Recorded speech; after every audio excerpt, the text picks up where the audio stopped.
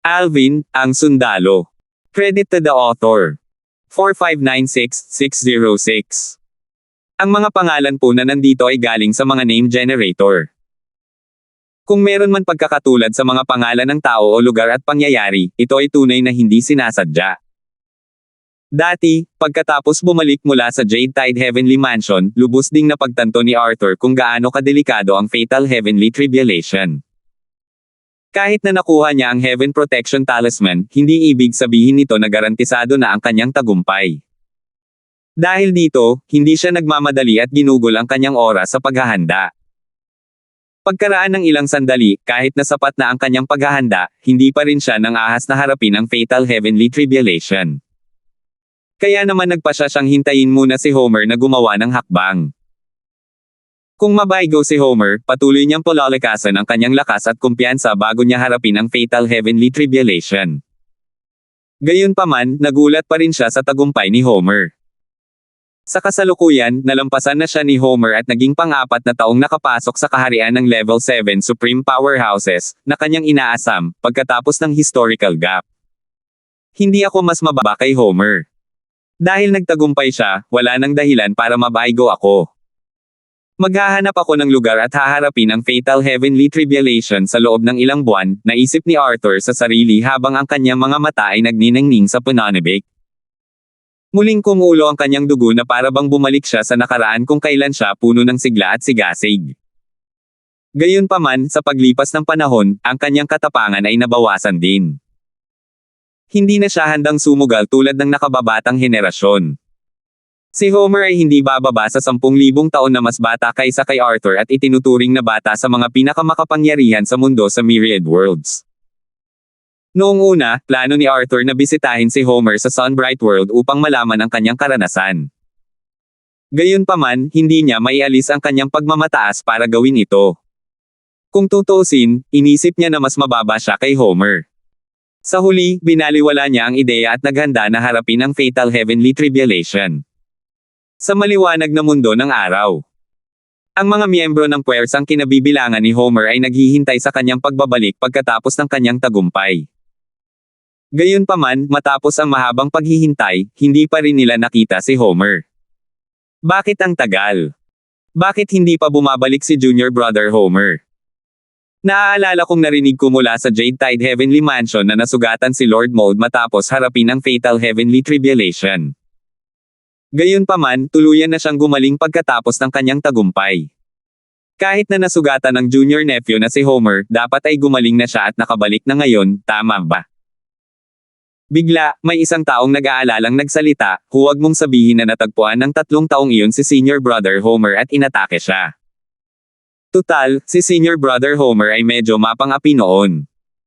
Siya ang nangunguna noong pinagbabantaan ng lahat ang mundong sumusuway sa Diyos. Nang marinig ang mga salitang ito, nagbago ang ekspresyon ng iba pang mga kataas-taasang makapangyarihang nilalang. Malayong mangyari yan, di ba? Kahit na nanguna ang junior nephew na si Homer sa pagbanta sa God-defying world, sa huli, wala siyang ginawa. Sa palagay ko ay hindi. Bago siya umalis, narinig ko si Junior Brother Homer na nagsabing hahanap siya ng isang liblib na lugar para harapin ang Fatal Heavenly Tribulation. Tulad ni Lord Mold, kumpiyansa siyang mananatili siyang nakatago. Sa palagay ko ay hindi siya natagpuan ng 3 iyon. Tama iyan. Bukod pa rito, naglakbay si Senior Brother Homer sa kalawakan. Kahit na sinusundan siya ng 3 iyon, mahihirapan silang makahabol sa kanya. Hindi lang iyon, imposibleng hindi mapansin ni Senior Brother Homer ang kanilang presensya kung lalapit sila ng husto. Hindi tayo dapat padalos-dalos sa conclusion, nasa akin ang soul card ni Homer. Buo ito, at walang anumang abnormalidad. Ibig sabihin nito ay wala siya sa anumang panganib. Hindi alam ni Homer na nag-aalala sa kanya ang kanyang mga nakatatanda at kapwa-disipulo. Sa sandaling ito, nagpapagaling siya mula sa kanyang mga pinsala sa isang maliit na mundo. Umalis na siya sa lugar kung saan niya hinarap ang Fatal Heavenly Tribulation, kung saan nagtayo siya ng isang formation upang itago ang kaguluhan, at pumunta sa lugar na ito upang pagalingin ang kanyang mga pinsala. Hindi siya nang ahas bumalik hanggat hindi pa lubusang gumagaling ang kanyang mga pinsala. Dahil sa kanyang bagong vital energy, halos gumaling na ang karamihan sa kanyang mga pinsala. Gayunpaman, kakailanganin pa ng ilang panahon bago siya tuluyang gumaling dahil sa tindi ng mga pinsala. Masasabing kahit na mayroon na siyang mga pinsala ngayon, kaya pa rin niyang talunin ang 10 taong kapantay niya noon. Gayunpaman, kailangan pa rin niyang magbantay laban sa iba pang 3 level 7 Supreme Powerhouse. Kung tutuusin, tiyak na wala siyang laban sa 3 level 7 Supreme Powerhouse. Iisa lang ang kahihinatnan kung haharapin niya ang mga ito, kamatayan. Dahil dito, hindi siya nang ahas na umalis hanggat hindi siya lubusang gumagaling. Sa ganitong bilis, kahit na may bago akong vital energy, aabutin pa ng ilang dekada bago tuluyang gumaling ang mga pinsala ko. Bagamat matagumpay na nalampasan ni Homer ang Fatal Heavenly Tribulation, nananatili pa rin ang takot sa kanyang puso nang maalala niya kung gaano ito kadelikado noong panahong iyon. Muntik na siyang mawala ng buhay. Kung medyo malas lang siya, malamang ay namatay na siya. Hindi nakakapagtaka na mukhang natakot si Old Mold nang magsalita siya tungkol sa Fatal Heavenly Tribulation at sinabing hindi siya magtatagumpay kung wala ang pang-apat na Heaven Protection Talisman. Matapos malaman ang karanasan ni Henry, naramdaman ni Homer ang pagtindi ng pressure sa kanya. Naisip pa niya kung makakaligtas ba siya sa Fatal Heavenly Tribulation ng maraming beses. Gumaan ang ekspresyon ng kanyang mukha nang maisip niya kung paano niya nagawang malampasan ang Fatal Heavenly Tribulation gamit lamang ang 3 Heaven Protection Talisman, at hindi napigilan ng gilid ng kanyang mga labi ang pag-angat. Tingnan natin kung sino pa ang makakatalo sa Fatal Heavenly Tribulation gamit lamang ang 3 Heaven Protection Talismans, naisip ni Homer sa sarili habang may mapang asar ng ngiti sa kanyang mukha. Pero agad ding nawala ang mapang asar ng ngiti sa mukha niya nang biglang pumasok sa isip niya ang dalawang pangalan. Hindi man lang ginamit ng dalawa ang Heaven Protection Talisman para harapin ang Fatal Heavenly Tribulation at naging level 7 Supreme Powerhouses na sila. Bagamat ikinagulat ng tagumpay ni Homer ang Myriad Worlds at ang Outer Boundary, maliit na pangyayari lamang ito sa paningin ni Alvin. Mapayapa at komportable na ang buhay niya ngayon, at nasisiyahan na lang siya sa kanyang oras kasama ang kanyang pamilya. Sa araw na ito, nabalitaan niya na ang kanyang 3 maliliit na kaibigan, sina Munting Itim, Munting Puti, at Munting Ginto, ay pumunta sa lupain ng banal na alay matapos malaman na ito ay pagmamayari na ngayon ni Alvin. Dali-dali niyang isinama ang 4 na babae upang salubungin sila. Ang 3 ay lumaki na ngayon bilang isang binata at 2 magagandang babae. Hindi na kailangang sabihin, tuwang-tuwa silang makita muli si Alvin. Tutal, matapos silang lumaki ng magkasama mula sa kanilang panahon sa makamundong mundo, hindi sila naiiba sa magkakapatid. Nagtanong si Alvin tungkol sa kanilang plano at kung gusto nilang mag-cultivate sa kanyang maliit na mundo. Gayunpaman, pinili ng 3 na manatili sa lupain ng banal na alay dahil mas masigla ito. Bukod kay Little Black, mas gusto ni na Little White at Little Gold ito kapag masigla ang mga bagay-bagay. 4,597. Lahat sila ay tumakas. Ang hindi inaasahan ni Alvin ay matapos magpasya ang 3 maliliit na gumala sa lupang handog ng banal na Diyos at magsaka, nagpasya rin ang 4 na babae na gumala sa lupang handog ng banal na Diyos pagkatapos manatili kasama niya ng ilang panahon. Ayon sa kanila, kahit na hindi nila siya matulungan ng malaki kahit gaano pa sila kalakas, ayaw nilang maging pabigat sa kanya. Alam ni Alvin na napag-usapan na ng 4 na babae ang bagay na ito kaya hindi niya sila pinigilan. Binigyan lamang niya sila ng mga jade token at sinabihan silang durugin sila kung ang kanilang buhay ay nasa panganib. Kung durugin nila ang jade token, mahahanap niya sila at agad silang mapupuntahan. Nang umalis ang 4 na babae, ilang dekada na ang lumipas simula nang makaabot sa tagumpay si Homer. Sa panahong ito, wala pang bagong level 7 Supreme Powerhouse. Sa maliwanag na kaharian ng araw. Matagal nang naghihintay sa kanyang pagbabalik ang mga miyembro ng puwersang kinabibilangan ni Homer. Kung hindi buo ang Soul Pearl ni Homer, iisipin nilang may nangyari sa kanya. Sa araw na ito, sa wakas ay bumalik si Homer, na nagdulot ng malaking kaguluhan. Senior Brother Homer, bakit ngayon ka lang bumalik? Maraming tao ang natural na nagtataka kung bakit natagalan bago bumalik si Homer. Ipinaliwanag ni Homer sa kanila ang kanyang pagkawala. Sinabi niya sa kanila na nakahanap siya ng lugar para magpagaling at bumalik lamang siya pagkatapos niyang tuluyang gumaling upang maprotektahan ang kanyang sarili kung sakaling makasalubong niya ang 3 taong iyon. Pagkatapos noon, bahagyang napakunot ang noo ni Homer habang tinatanong ang ilan sa kanyang mga kapwa-disipulo, hindi pa ba nahaharap si Arthur sa fatal heavenly tribulation hanggang ngayon? Batay sa kanyang pagkakaintindi kay Arthur, sigurado siyang hindi na magpipigil si Arthur matapos malaman ang kanyang tagumpay. Inakala niyang naharap na ni Arthur ang fatal heavenly tribulation. Lumalim ang Simon Got ni Homer habang sinulyapan niya ang soul pearl ni Arthur sa loob ng kanyang spatial ring. Hindi namin alam. Umiling ang lahat nang marinig ang tanong ni Homer. Natural lamang na wala silang kaalam-alam sa kinaroroonan o iniisip ng World Supreme Powerhouse mula sa Transcendence World na nakakuha rin ng Heaven Protection Talisman. Mukhang napigilan niya ang sarili, sabi ni Homer habang umiiling. Malamig na kumislap ang kanyang mga mata habang patuloy na sinasabi, plano kong patayin ang lahat ng mga World Supreme Powerhouse sa Sunbright World na kapantay ko noon. Tutal, malamang na maging level 7 Supreme Powerhouse sila sa hinaharap. Sa bawat isa na mapapatay ko, mababawasan ang isang kakompetensya ko. Hindi kailanman naging mabait na tao si Homer. Kung siya ang nasa kalagayan ni Bert Ing, malamang ay hinikayat niya si Alvin na patayin ang lahat ng mga santo at mga pinakamakapangyarihan sa mundo habang binabantayan niya ang Heaven Traversing Pagoda. Hindi na hinintay ang tugon ng mga nasa harap niya, muling umalis si Homer nang walang sinasabi. Wala siyang nakitang saysay na sabihin sa kanila ang kanyang plano o kung saan siya pupunta. Gamit ang kanyang lakas ngayon, madali niyang mapapatay ang iba nang walang tulong. Sa katunayan, ang pagdadala ng mga tao kasama niya ay magiging isang pasanin lamang para sa kanya. Matandang Brown. Ang unang pinuntahan ni Homer ay ang angkan ng Brown, isa sa mga nangungunang angkan sa Sunbright World na malapit sa kanyang sekta, ang Scion Swan Saint Sect. Mayroong 2 World Supreme Powerhouse sa angkan ng Brown, at isa sa kanila, nakapantay ni Homer noon, ang siyang target ni Homer sa pagkakataong ito. Bukod doon, mayroong hindi bababa sa 10 World Supreme Powerhouse na napipintong makapasok sa angkan ng Brown. Dahil sa kanyang bilis, hindi nagtagal at nakarating si Homer malapit sa lupain ng angkan ng Brown. Ang kanyang banal na kamalayan ay laganap, hinanap sa bawat sulok ng lupain ng angkan ng Brown ang kanyang dating karibal. Wala siya rito. Kumunat ang noo ni Homer nang matuklasan niyang wala na ang kanyang pakay. Sus! Sus Mariosep! Bigla na lang, isang figure ang sumikat sa kalangitan mula sa lupain ng angkan ng Brown. Isang pagsabog ng liwanag ang kumislap bago ito lumipad papunta kay Homer sa isang kisap mata lamang. Natural niyang naramdaman ang nangingibabaw na banal na kamalayan ni Homer kanina.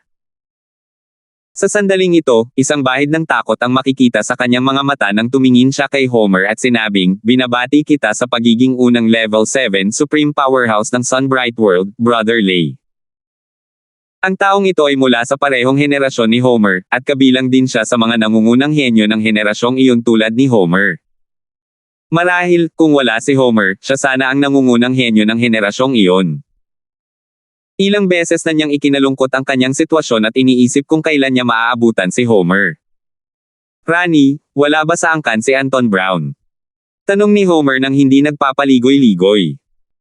Dumating si Homer para kay Anton, ang pinakamalakas na tao sa angkan ng Brown, hindi ang taong nasa harap niya, na matagal na niyang nalampasan.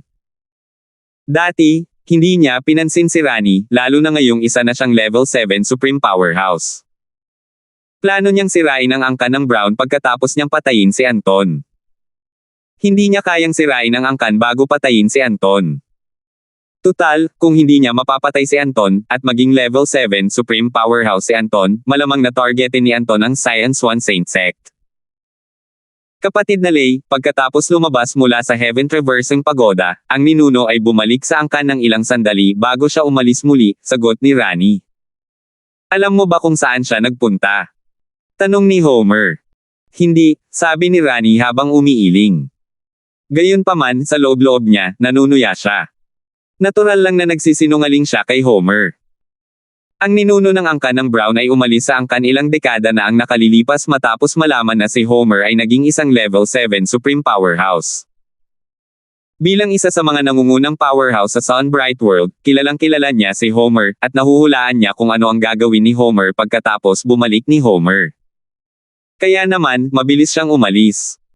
Kung hindi, kung papatayin siya ni Homer, babagsak din ang angkan ng Brown. Alam niya na hanggat hindi siya unang papatayin ni Homer, hindi masisira ni Homer ang angkan ng Brown. Parang kung paano nila, ang mga Panginoon ng Sunbright Realm, at ang iba pang mga Panginoon ng tatlong mataas na mundo at ng 18 gitnang mundo, gustong patayin si Alvin matapos niyang malampasan ang Fatal Heavenly Tribulation. Gayunpaman, hindi sila nang ahas na gumawa ng hakbang laban sa God-defying world hanggang sa mapatay nila si Alvin. Tutal, nag-aalala sila na baka matarget sila ni Alvin pagkatapos ng kanyang tagumpay. Tusong sorrow. Mura ni Homer sa loob-loob niya, pero hindi naman siya masyadong nagulat. Bago pa man siya dumating, handa na siya para dito. Iniisip ko kung tumakas din ba ang iba. Tanong ni Homer sa loob-loob niya habang umaalis ng walang sinasabi. Binisita ni Homer ang mga puwersa ng mga pinakamakapangyarihang puwersa sa mundo sa Sunbright World na dating kapantay niya. Gaya ng inaasahan, lahat sila ay nakaalis na. Hindi lang iyon, kundi nang bisitahin niya ang mga puwersang may iisang World Supreme Powerhouse lamang, natuklasan niya na ang mga World Supreme Powerhouse na iyon ay umalis na rin. 4,578. Patay na si Arthur. Wala na silang lahat. Sinubukan ni Homer na hanapin ang mga pinakamakapangyarihan sa mundo ngunit paulit-ulit na nabigo. Likas na hindi maganda ang ekspresyon ng kanyang mukha. Hindi niya inaasahan na lahat sila ay magbabantay laban sa kanya. Ganito ba kayo kay Tikot sa akin? Noong si Berting ay naging isang level 7 Supreme Powerhouse, wala ni isa sa inyo ang kumilos ng ganito. Mura ni Homer sa loob-loob niya. Sa oras na ito, tila tuluyang nakalimutan ni Homer na noong si Berting ang tanging level 7 Supreme Powerhouse sa mundo, binabantayan lamang ni Berting ang Heaven Traversing Pagoda at pinigilan silang makapasok. Hindi basta-basta pumapatay si Berting. Kahit na naging isang level 7 Supreme Powerhouse si Henry mula sa Jade Tide Heavenly Mansion, hindi maraming saint ang nagtago. Ang mga nagtago ay yaong mga dating may galit kay Henry. Tutal, si Henry ay may magandang reputasyon sa Outer Boundary. Kung tungkol naman kay Homer, kilala siya hindi lamang sa kanyang pagiging magagalitin kundi pati na rin sa kanyang kalupitan. Tumakas din silang lahat. Umalis si Homer sa Sunbright World nang may galit at nagtungo sa Transcendence World at sa Primordial World, na dalawa sa 3 upper worlds. Gayunpaman, natuklasan niya agad na ang mga kataas-taasang makapangyarihang nilalang sa dalawang mundong iyon ay nagbabantay din laban sa kanya.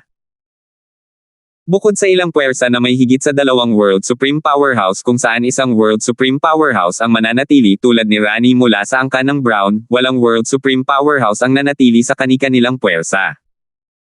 Lahat sila ay nagtago matapos malaman na si Homer ay naging isang level 7 Supreme Powerhouse. Nako! Iniiwasan ako ng lahat. Ganon na ba ako ka-unreasonable sa paningin nila? Galit na sabi ni Homer sa loob-loob niya. Pagkatapos noon, itinoon ni Homer ang kanyang atensyon sa 18 gitnang mundo.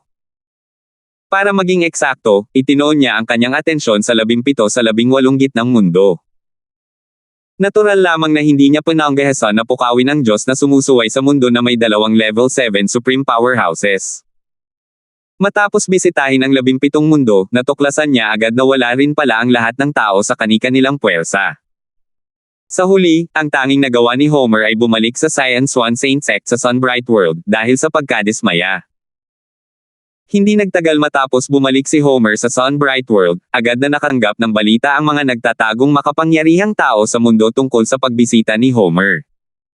Lahat sila ay natuwa sa kanilang pananaw. Mabuti na lang at maaga tayong umalis. Talagang walang hiya ang Homer na yan. Ngayong nakalusot na siya, gusto na niya tayong paalisin. Dahil matagal nang hindi bumabalik si Homer, muntik na akong bumalik ilang taon na ang nakalilipas. Mabuti na lang at hindi ko ginawa iyon. Kung hindi, natatakot akong mamatay na ako. Anong problema ni Homer? Naghintay siya ilang dekada matapos ang kanyang tagumpay bago niya tayo hinanap. Siguro nasugatan siya ng Fatal Heavenly Tribulation at inabot ng ilang dekada bago siya gumaling. Sa isang lugar sa mundo ng transcendensya na nababalot ng hamog na nagbigay sa lugar ng isang mala-ethereal na katangian. Isang pangungutya ang umalangaw sa hangin habang may isang figure na lumabas mula sa ambon. Kung naroon si Homer, makikilala niya agad ang figure. Ang kabilang panig ay walang iba kundi si Arthur, ang pinakamalakas na World Supreme Powerhouse sa Transcendence World na nakakuha ng Heaven Protection Talisman ng mas maaga kaysa kay Homer. Homer, gusto mo ba akong patayin? Mukhang napakalakas ng loob mo matapos maging isang Level 7 Supreme Powerhouse. Pagkatapos ng napakaraming taon ng paghahanda, sa wakas ay oras na para gawin ko ang susunod na hakbang at harapin ang Fatal Heavenly Tribulation. Huminga ng malalim si Arthur at sa wakas ay nakapagdesisyon na. Hindi siya nag-aksaya ng oras at mabilis na nakahanap ng isang maliit na mundo. Matapos magtayo ng mga nakatagong pormasayon, naghanda siyang harapin ang Fatal Heavenly Tribulation. Matapos ito malampasan, magiging isang Level 7 Supreme Powerhouse din siya, at makakaharap muli si Homer. Sa oras na iyon, hindi na maglalakas loob si Homer na isipin pa ang pagpatay sa kanya. Sa mundong sumusuway sa Diyos. Patuloy na namuhay ng mapayapa at komportable si Alvin. Paminsan-minsan ay nakikipag-usap at umiinom siya ng tsaa kay Mubay, habang nagkukwentuhan tungkol sa Myriad Worlds at sa Outer Boundary. Isa sa mga araw na iyon ang araw na ito. Ilang panahon na ang nakalipas, hinanap ni Homer ang mga puwersa sa tatlong mataas na mundo upang patayin ang mga pinakamakapangyarihan sa mundo upang mabawasan ang kanyang mga kakompetensya sa hinaharap, sabi ni Mubay. Napakalupit niya. Nagulat si Alvin. Sa totoo lang, sandaling sumagi sa isip niya ang kaisipang ito bago niya ito binaliwala. Kung tutuusin, hindi niya inisip na kailangan iyon. Hindi siya natatakot na maabutin siya ng mga tao. Gayon din, ang kanyang Panginoon ay hindi rin natatakot sa kompetisyon. Matapos makalusot ang kanyang Panginoon, hindi na pinatay ng kanyang Panginoon ang kahit sinong Saint o World Supreme Powerhouses. Tama iyan. Mabuti na lang at alam ng mga World Supreme Powerhouse sa Three Upper Worlds ang tungkol sa kanyang mabangis na ugali kaya lahat sila ay nagtago pagkatapos ng kanyang tagumpay, nakangiting sabi ni Mubay. Kalaunan, pumunta siya sa 17 Middle Worlds, iniwan ang God-defying world na nag-iisa. Gayon din, hindi niya mahanap ang World Supreme Powerhouses. Nagtago sila, o ang world, katulad ng sa atin, ay nagsinungaling tungkol sa pagkakaroon ng World Supreme Powerhouse. Bago pa man umakyat sa kapangyarihan sina Alvin at Berting, ang mundong sumusuway sa Diyos ay walang kataas-taasang kapangyarihan sa mundo. Gayunpaman, pinanatili ni Mubay at ng iba pa ang pagpapanggap na ang ama ni Mubay, isang kataas-taasang kapangyarihan sa mundo, ay buhay pa.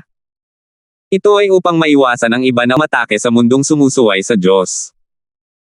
Tutal, ang mga mababang mundo at ang mga gitnang mundo na walang mga kataas-taasang makapangyarihang mundo ay nasakop ng tatlong mundo sa itaas at napilitang maglingkod sa kanila.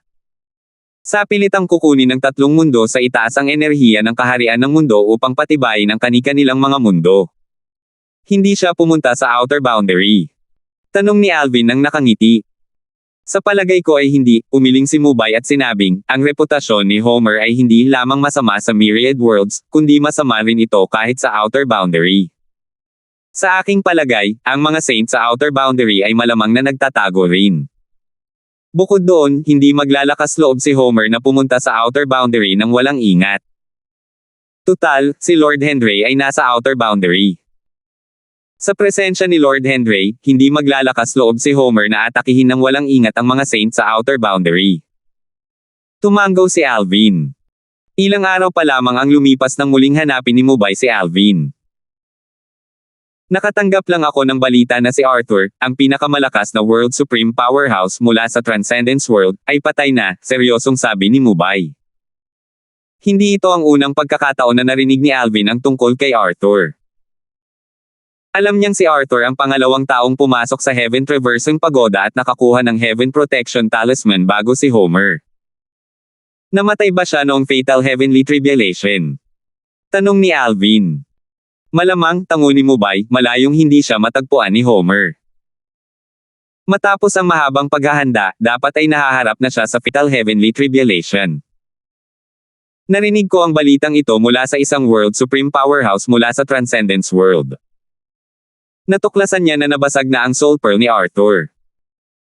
Normal lang para sa mga World Supreme Powerhouse na magmay-ari ng Soul Pearls ng isa't isa para mapadali ang komunikasyon. Kapag nabasag ang isang Soul Pearl, ibig sabihin nito ay patay na ang may-ari ng Soul Pearl. 4,599. Isang malaking kaguluhan. Bagamat si Mubay ay isa lamang na pipintong World Supreme Powerhouse, siya ang mukha ng God-defying world. Karaniwan siyang responsable sa pakikipag-ugnayan sa mga powerhouse mula sa Outer Boundary at sa Myriad Worlds. Hindi madaling makontak ng mga World Supreme Powerhouse at Saints mula sa Myriad Worlds at Outer Boundary sina Alvin at Bert Ing. Gayunpaman, gusto talaga nilang bumuo ng magandang relasyon sa dalawa. Kaya naman, hahanapin nila si Mubay kapag bumisita sila sa God-defying world. Bagamat mas malakas sila kaysa kay Mubay, magalang nila itong tinatrato na parang kapantay nila ng walang anumang pagmamataas. Sa kanilang palagay, ang pagkakaroon ng magandang relasyon kay Mubay at sa mundo ng mga Diyos na sumusuway ay bahagi ng pagbuo ng magandang relasyon kina Alvin at Bert Ing. Bilang Panginoon ng mundo ng mga Diyos na sumusuway, walang duda sa kanilang isipan na pamilyar si Mubay kay Alvin Bert Ing. Sa kanilang palagay, walang masama sa pakikipagkaibigan kay Mubay. Dahil dito, sa sandaling kumalat ang balita tungkol sa pagkamatay ni Arthur sa mundo ng Transcendence, isang kataas-taasang kapangyarihang nilalang mula sa mundo ng Transcendence ang pumunta sa mundo ng mga Diyos na sumusuway upang ibahagi ang balita kay Mubay. Samantala, nagliwanag ang mga mata ni Alvin matapos marinig ang mga salita ni Mubay. Sinabi niya, mukhang kahit na may 3 Heaven Protection Talisman, hindi pa rin madaling malampasan ang Fatal Heavenly Tribulation. Oo nga, buntong hininga ni Mubay. Isang komplikadong ekspresyon ang makikita sa kanyang mukha sa sandaling ito. Noong panahong iyon, nang malampasan ni Henry mula sa Jade Tide Heavenly Mansion ang Saints Fatal Heavenly Tribulation at naging ikatlong Level 7 Supreme Powerhouse pagkatapos nina Alvin at Bert Ing, nadama ni Mubay na may pagkakataon siyang maging isang Level 7 Supreme Powerhouse matapos siyang maging isang World Supreme Powerhouse at makuha ang Heaven Protection Talisman mula sa Heaven Traversing Pagoda. Gayunpaman, nang malaman ni Mubay na si Henry ay ginantimpalaan ng karagdagang Heaven Protection Talisman, na malaki ang naitulong sa kanyang tagumpay, agad na naglaho ang kanyang pananabik at kasabikan. Ang apoy ng motibasyon na sumikat sa kaibuturan ng kanyang puso ay agad ding namatay. Gayunpaman, nang matagumpay na malampasan ni Homer mula sa Sunbright World ang Fatal Heavenly Tribulation, muling nakakita si Mubay ng sinag ng pag-asa. Sa kasamaang palad, tila pinagtatawanan siya ng langit. Pagkatapos ni Homer, wala nang matagumpay na nakalampas sa Fatal Heavenly Tribulation at naging isang Level 7 Supreme Powerhouse. Isa na namang dagok ang natanggap ni Mubay nang matanggap niya ang balita tungkol sa pagkamatay ni Arthur mula sa Transcendence World na kapantay ni Homer noon. Nabalitaan kong bumalik si Homer ilang dekada lamang matapos ang kanyang tagumpay. Tila kahit ang kanyang bagong vital energy ay hindi lubos na makapagpapagaling ng kanyang mga pinsala sa maikling panahon. Kung hindi siya magtatago ng ganito katagal, sabi ni Alvin. Matapos marinig ang tungkol sa pagkamatay ni Arthur dahil sa Fatal Heavenly Tribulation, hindi naging mahirap para sa kanya na magkaroon ng ganitong conclusion. Tama iyan. Tiyak na nakaligtas si Homer sa Fatal Heavenly Tribulation ng napakalaki, sabi ni Mubay, sabay tango bilang pagsang-ayon. Alam din ni Mubay na nasugatan si Henry ng Fatal Heavenly Tribulation. Gayunpaman, salamat sa 4 na Heaven Protection Talisman, hindi malala ang kanyang mga pinsala. Matapos magbago ang kanyang vital energy, nagawa niyang gumaling sa maikling panahon.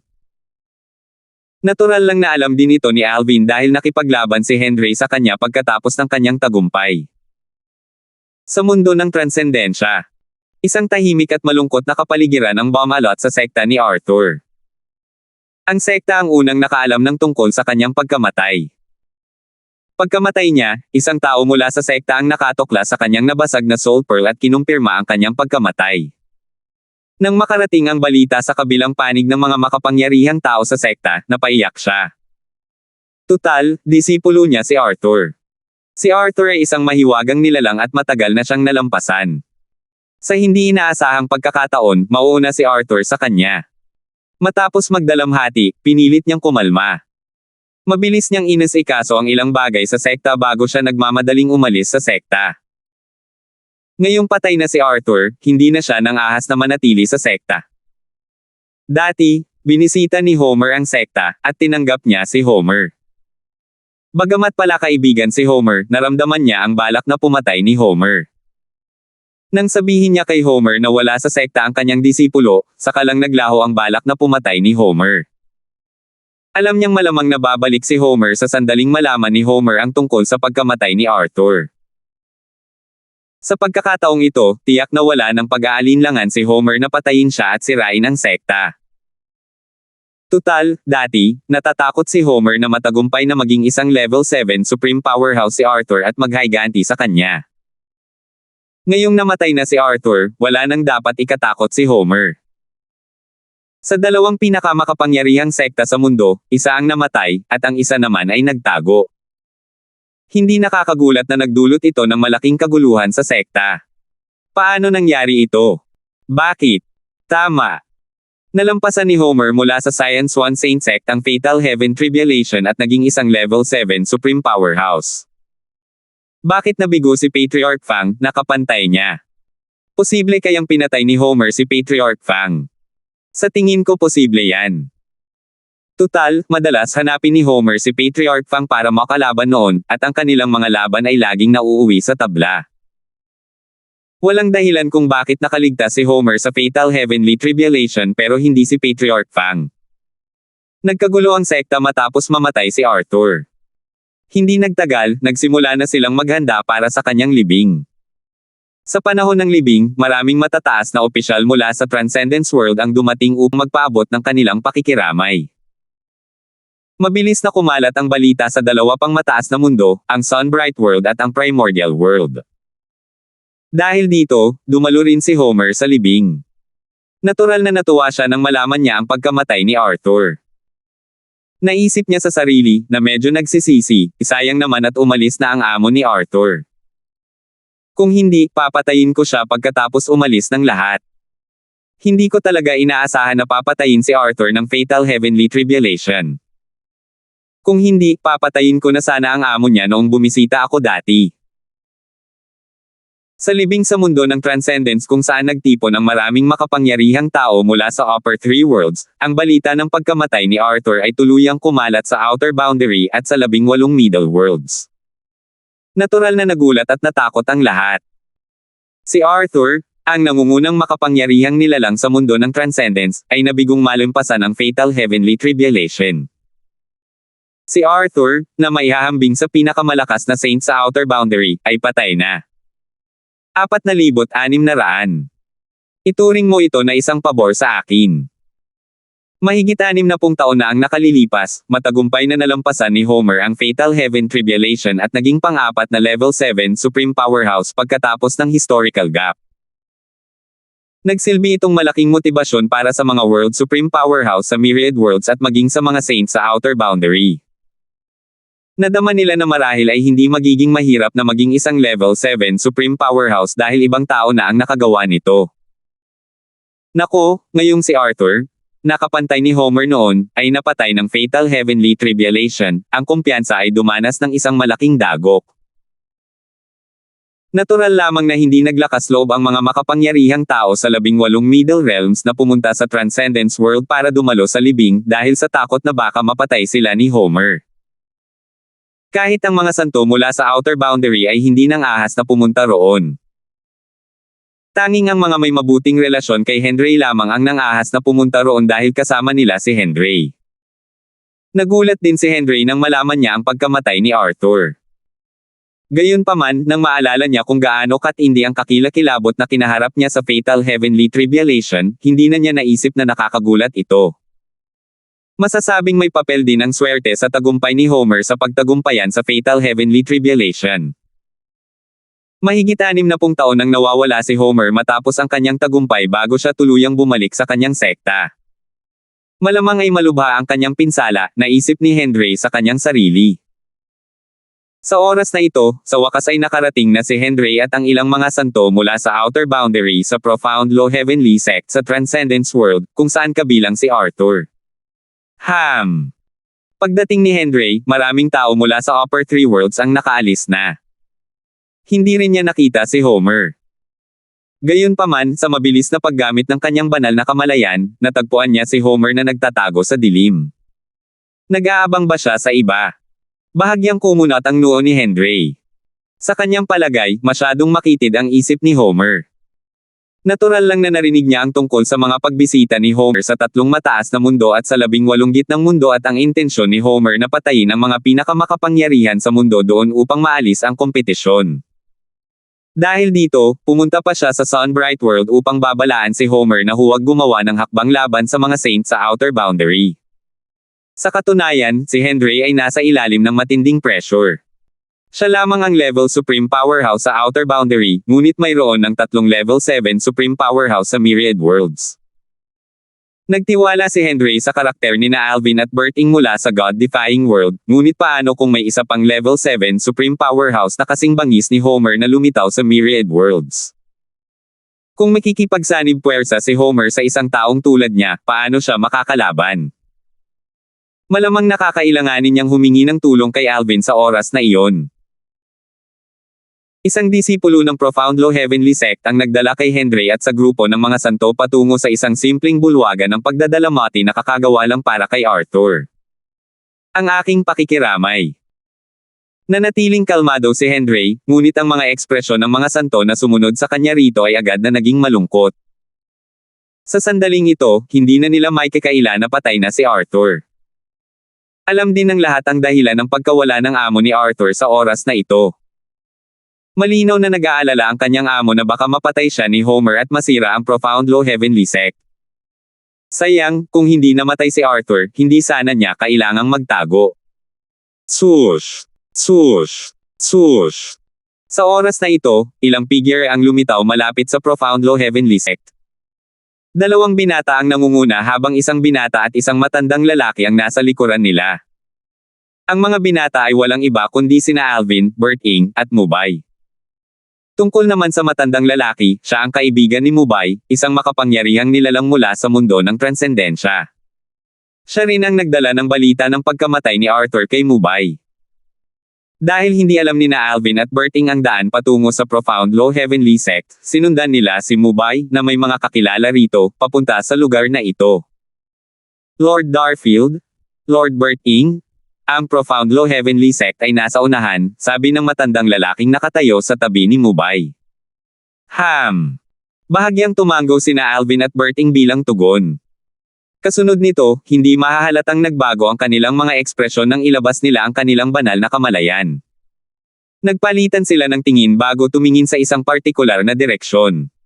Mukhang hindi pa rin sumusuko si Homer sa pagpatay sa mga World Supreme Powerhouses, sabi ni Berting. Nabalitaan na rin niya ang mga ginawa ni Homer noon. Ngayong natagpuan na niya ang kabilang panig na nagtatago sa dilim, hindi na mahirap hulaan ang intensyon ng kabilang panig.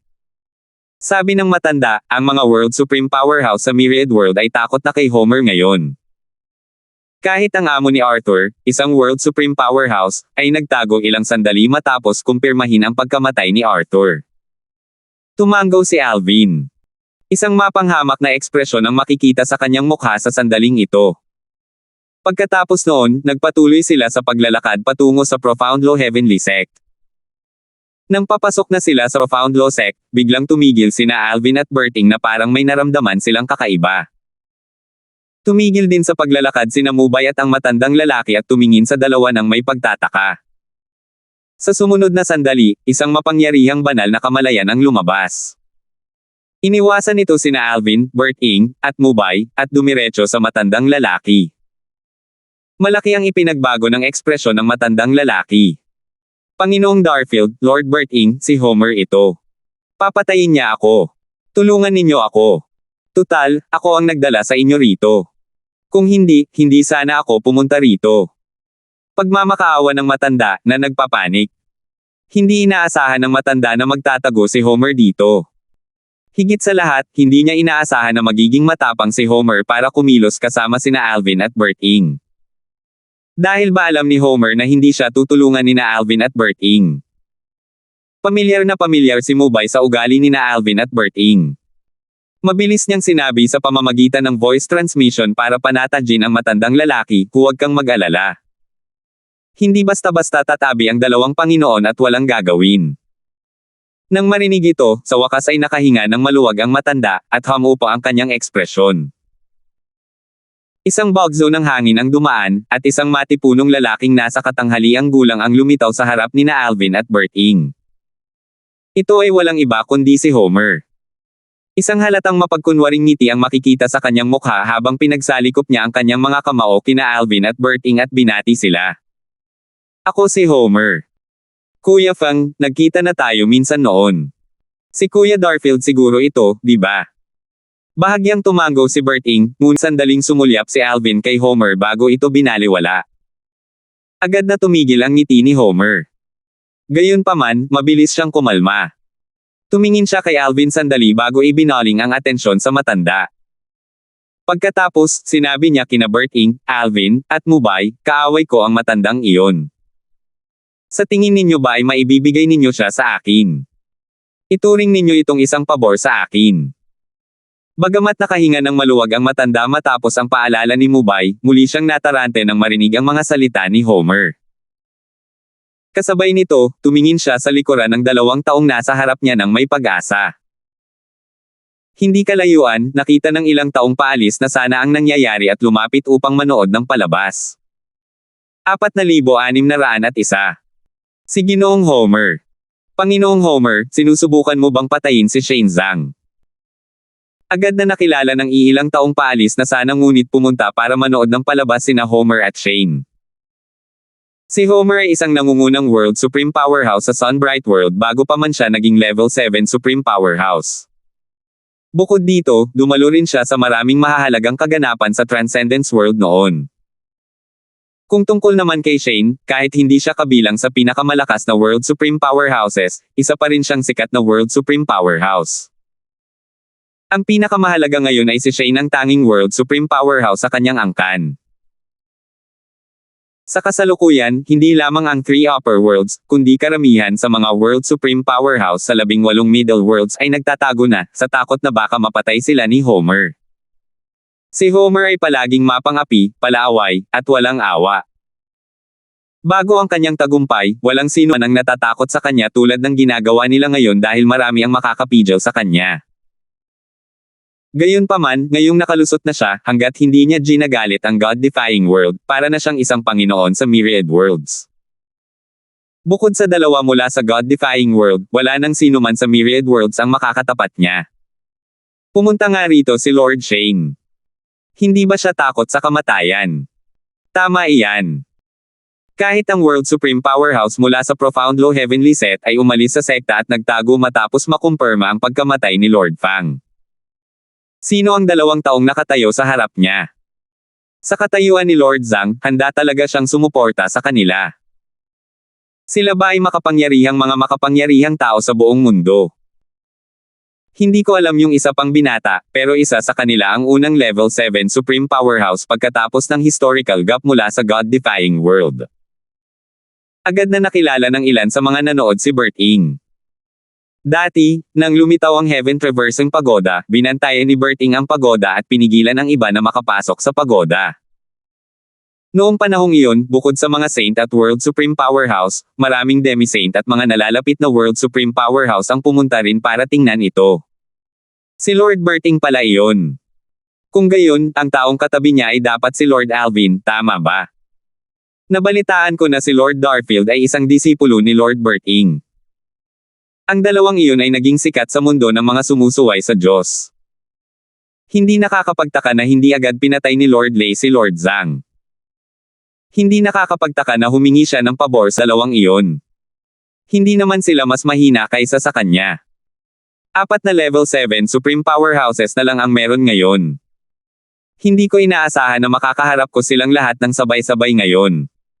Maraming tao ang namangha at nakaramdam ng swerte.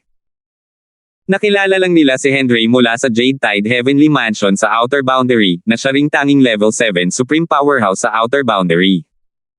Pagkalabas nila, nakasalubong nila sina Berting, Alvin, at Homer. Malinaw na gustong patayin ni Lord Lei si Lord Zhang. Papayag kaya ang dalawang iyon sa kanyang kahilingan? Sa tingin ko nga, magkapantay lang naman sila kung tutuusin. Hindi na kailangang makipag-ugnayan pa sa isang tagalabas. Inakala ng karamihan na susuko sina Alvin at Berting kay Homer. Sa pagkakataong ito, tahimik na nagpalitan ng tingin sina Berting at Alvin. Pagkatapos, tiningnan ni Alvin si Homer na parang nakatingin sa isang tanga at may paghamak na sinabi, "Sino ka sa tingin mo? Bakit ka namin kailangang gawa ng pabor?" Bagamat ito ang unang beses na nakilala ni Alvin si Homer, matagal na niyang narinig ang tungkol kay Homer. Malaki ang ipinagbago ng ekspresyon ni Homer nang marinig ang mga sinabi ni Alvin. Gulat na gulat din ang mga nanood. Masyadong dominante si Alvin kung tutuusin. Hindi lang siya magalang kay Homer, nakapantay niya, kundi tila medyo masungit din siya. Panginoong Darfield. Nagningning ang mga mata ni Shane sa pasasalamat. Hindi siya mapakali hanggang sa magsalita si Alvin. Kung tutuusin, hindi siya sigurado kung susuko na sa kanya sina Alvin at ang iba pa. "Alvin, makikipag-away ka ba sa akin?" Tanong ni Homer sa malalim na boses. "Paano kung ako nga? Sino ka sa tingin mo?" Nakangising sabi ni Alvin. Walang magandang impresyon si Alvin kay Homer. Isasantabi na lang ang mga nagawa ni Homer kamakailan, matapos malampasan ni Alvin ang fatal heavenly tribulation. Si Homer ay isa sa mga pinakamakapangyarihang tao sa mundo mula sa tatlong mataas na mundo na nagbanta sa God-defying world na isuko siya. Kung hindi lang dahil sa takot nila sa kanya matapos ang kanyang tagumpay, malamang ay nawasak na nila ang God-defying world, na tiyak na makakaapekto sa kanyang pamilya at mga kaibigan. Ikaw. Hindi inaasahan ni Homer na magiging ganito kagalit si Alvin. Tutal, ito ang unang beses na nagkita sila. Walang dahilan para maging galit si Alvin kahit na hindi siya sang-ayon ni Alvin. Malamig na tumawa si Alvin at humakbang pasulong. Sa isang iglap, sumiklab ang kanyang enerhiya kasabay ng kanyang batas ng kalawakan, at isang espada ang lumitaw sa kanyang kamay. Ugong. Isang malaking sinag ng espada ang lumipad, nagliwanag sa kalangitan at humati sa mga ulap. Napakalaki nito na natakpan ang araw at ang kalangitan. Sumikat ito patungo kay Homer sa bilis ng kidlat. Swoosh! Lumitaw ang mga bitek sa espasyo sa likuran nito, at lumikha ito ng bagyo habang lumilipad. Para bang wawasakin nito ang buong mundo ng transcendensya. Sa di-kalayuan, lumitaw ang guarding formation ng Profound Low Heavenly Sect, bahagya na hinaharangan ang shockwave ng atake at ikinabahala ng lahat ng nasa loob. Ang aura na ito. Si Brother Darfield ba to? Si Henry ang unang lumabas para tingnan kung ano ang nangyayari. Sa sandaling ito, sumigaw si Homer, "Alvin, anong ginagawa mo?" Huli na para makaiwas si Homer kaya ginamit niya ang lahat ng kanyang lakas at batas upang harangan ang espada. Sa kasamaang palad, pagkatapos ng maikling pagkapatas, hindi na siya makahawak at pinugutan ng ulo. Boom! Sumabog ang katawan ni Homer, ngunit walang laman o dugo. Para siyang naglaho sa ere. Ngumisi si Berting. Medyo maingat siya. Isa lang itong doppelganger. Nanatiling walang pakialam si Alvin. Nang mapansin niya si Homer, naramdaman na niya na may mali. Kalaunan, nang matapang na tinutukan ni Homer si Shane sa harapan niya at ng kanyang amo, nahulaan na niya na wala rito ang tunay na katawan ni Homer. Gayunpaman, kahit na isa lamang itong doppelganger ng batas, dahil naunawaan na ni Homer ang daw ng langit at lupa at ang iba pang mga batas na naunawaan niya sa perpektong anyo, mas malakas pa rin ito kaysa sa mga World Supreme Powerhouse. Sa kabaligtaran, ang doppelganger ay walang kapantay kay Alvin. Ito ay kitang-kita sa kung paano pinugutan ni Alvin ang doppelganger sa isang suntok lamang. Hindi lang si Alvin, maging si Berting ay madaling kayang patayin ang doppelganger. Lumalabas na isa lamang itong doppelganger. Sa sandaling ito, nakabawi rin ang mga nakamasid mula sa kanilang pagkabigla. Kanina, nang hampasin at patayin ni Alvin si Homer sa isang suntok lamang, sila ay lubos na nagulat. Ngayong nalaman nilang isa lamang itong doppelganger, natural na hindi na sila nagulat. 4,602. Talagang parang totoong buhay ang doppelganger ni Lord Lay. Bulalas ng ilang tao. Lalo na ang mga napipintong World Supreme Powerhouse, madaling mapag-iba ang pagkakaiba ng magkaparehong tao sa isang World Supreme Powerhouse at ng totoong tao. Karaniwang walang buhay ang kanilang mga mata. Gayunpaman, naiiba ang doppelganger ni Homer. Malinaw nilang nakikita ang mga emosyon sa mga mata nito. Wala rin silang anumang abnormalidad na makikita sa kanilang banal na kamalayan. Napakalaki talaga ng pagbabago matapos maging isang level 7 supreme powerhouse, sabi ng isang tao. Si Homer ay katutubo ng myriad worlds. Wala siyang taglay na kapangyarihang may lahing dugo at kayang ipatawag ang mga doppelganger ng mga batas. Hindi tulad ng iba, natural na alam ni na Alvin at Berting ang kwalitatibong pagbabago sa kanilang mga doppelganger matapos maging level 7 supreme powerhouses. Sa simula, sandali lamang nilang pinalawak ang kanilang divine consciousness na nakahawak sa kay Homer kaya hindi nila napansin ang kakaiba. Tanging ang katapangan ni Homer ang nagpahinala kay Alvin na si Homer ay isa lamang doppelganger. Dahil determinado si Homer na patayin ang lahat ng mga supreme powerhouse sa mundo, paano niya maipapakita ng lantaran ang kanyang sarili at may lalagay ang kanyang sarili sa panganib? Bukod dito, paano siya magkakaroon ng kumpiyansa na makatakas sa dalawang level 7 supreme powerhouse? Kahit na sina Alvin at Berting ay mga ordinaryong level 7 supreme powerhouses lamang, kung magsasama-sama sila, kailangan pa ring magbayad si Homer ng malaking halaga para makatakas mula sa kanila. Samantala, sa wakas ay nakahinga na maluwag si Shane. Bagamat alam na niya ngayon na isa lamang itong doppelganger, kaya pa rin siyang patayin ni Homer. Matapos kumalma, mabilis niyang ipinahayag ang kanyang pasasalamat kay Alvin. Salamat, Panginoong Darfield. Huwag mo nang banggitin yan, magaan na sabi ni Alvin, hindi ka lang kaibigan ni Lord Dolan, kundi pinamunuan mo rin kami rito. Wala akong magagawa kung may umatake sa iyo. Kung mapatay ka, maaapektuhan nito ang reputasyon namin ng aking amo. Bagamat mahinahong nagsalita si Alvin, ang kanyang mga salita ay dominanti. Sa sandaling ito, isang malakas na tawanan ang umalangaw-ngaw sa hangin bago lumipad palapit si Henry. Kuya Darfield, Kuya Feng, nagkita tayo ulit. Dapat magpasalamat si Homer na ipinadala niya ang kanyang doppelganger. Kung hindi, malamang namatay na siya ngayon. Lumapag si Henry sa harap ni na Alvin at Berting at masigasig na binati sila. Naunawaan ni na Alvin, Berting, at Mubay ang kahulugan sa likod ng mga salita ni Henry. Alam ni Henry ang lakas ni Alvin at alam niyang kahit na nandito si Homer ng personal, mapapatay pa rin ni Alvin si Homer. Gayunpaman, inakala ni na Shane at ng iba pa na magalang lang si Henry. Kung tutuusin, tila maganda ang relasyon niya kina Alvin at Berting. Hindi lang iyon, tila ayaw din niya kay Homer at handa siyang makipagtulungan sa kanilang dalawa para harapin si Homer. Hindi ko inaasahan na si Lord Mold mula sa Outer Boundary ay magkakaroon ng ganito kagandang relasyon kina Lord Darfield at Lord Berting. Hindi ba't normal lang yan?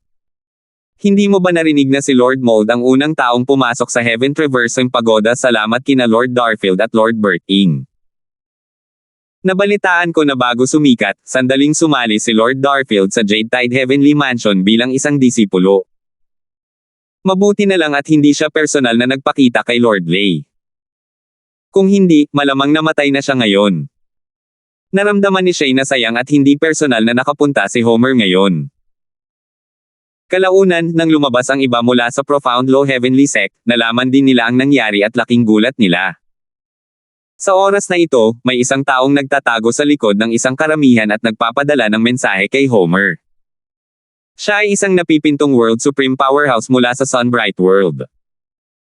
Ang puwersang kinabibilangan niya ay pinamumunuan ng Science One Saint Sect, na siyang sekta ni Homer. Sa sandaling ito, medyo hindi maganda ang ekspresyon ni Homer. Aalis na siya sa Transcendence World patungo sa Sunbright World.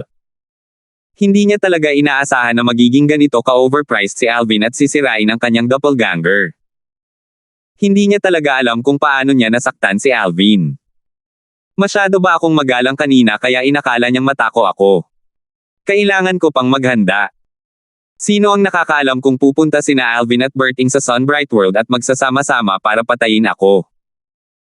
Sa sandaling ito, nakatanggap si Homer ng mensahe, at lalong sumama ang ekspresyon ng kanyang mukha. Ano? Si Henry ay nasa panig din nila at handang makipagtulungan sa kanila para harapin ako. Sinabi pa nga ni Henry na kung nandoon ako ng personal, hindi ako makakaligtas. Tiwala si Homer na makakatakas siya kina Alvin at Berting kahit na magsanib puwersa sila. Sa pinakamarami, siya ay masusugatan. Gayunpaman, kung sasama rin sa kanila si Henry, hindi siya sigurado kung makakatakas siya. Henry, walang alitan sa pagitan natin. Bakit ka nakikipagsabuatan sa kanila laban sa akin?